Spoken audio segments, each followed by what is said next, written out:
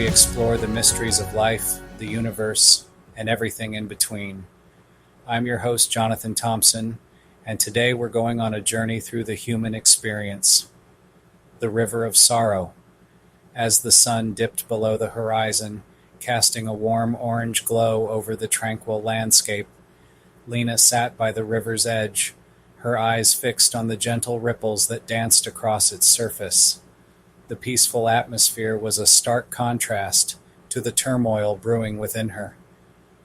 Lena had been carrying around emotional pain for what felt like an eternity, the weight of unresolved grief and unspoken words lingering like an open wound.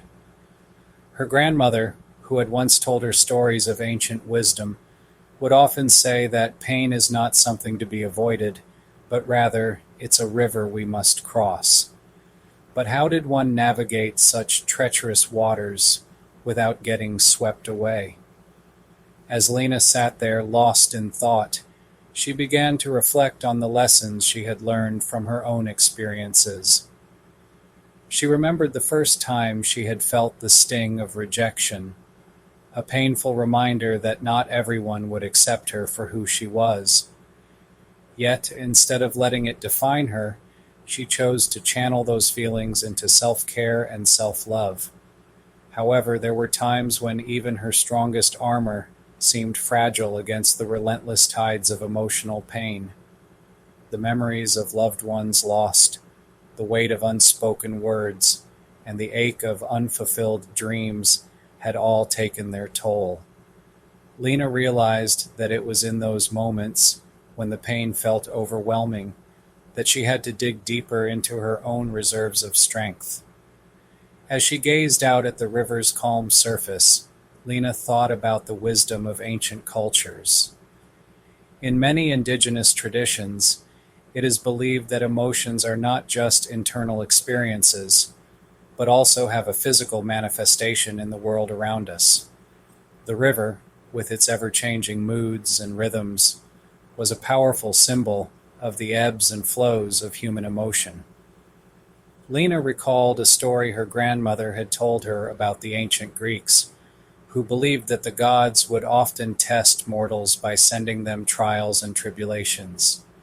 In those moments, it was crucial to remain steadfast in one's convictions, even when faced with overwhelming pain.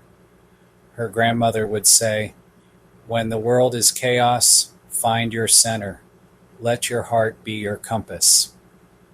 As Lena pondered these words, she began to see her own experiences through a different lens. She realized that her emotional pain was not something to be ashamed of or hidden away. Rather, it was an opportunity to grow, to learn, and to become more resilient. She thought about the times when she had allowed her emotions to control her actions, only to regret them later. It was as if she had been trying to avoid the river altogether, fearing that its waters would be too deep or treacherous to navigate.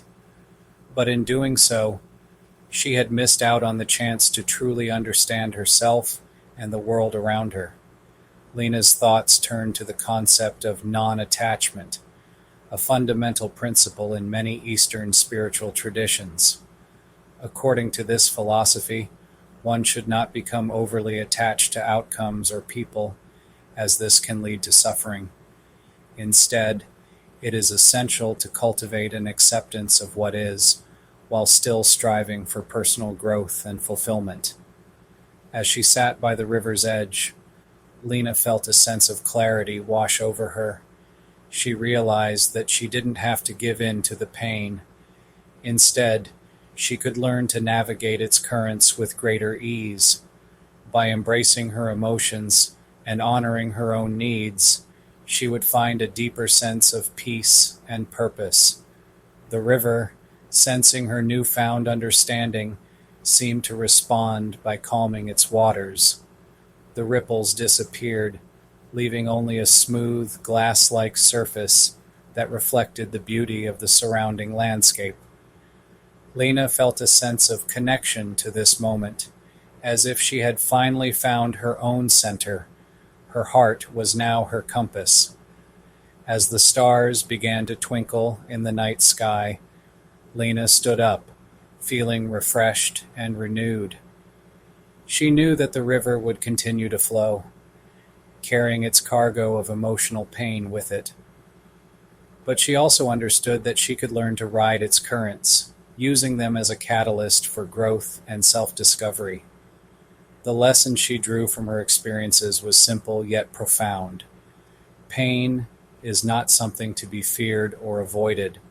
Rather, it's an opportunity to deepen our understanding of ourselves and the world around us.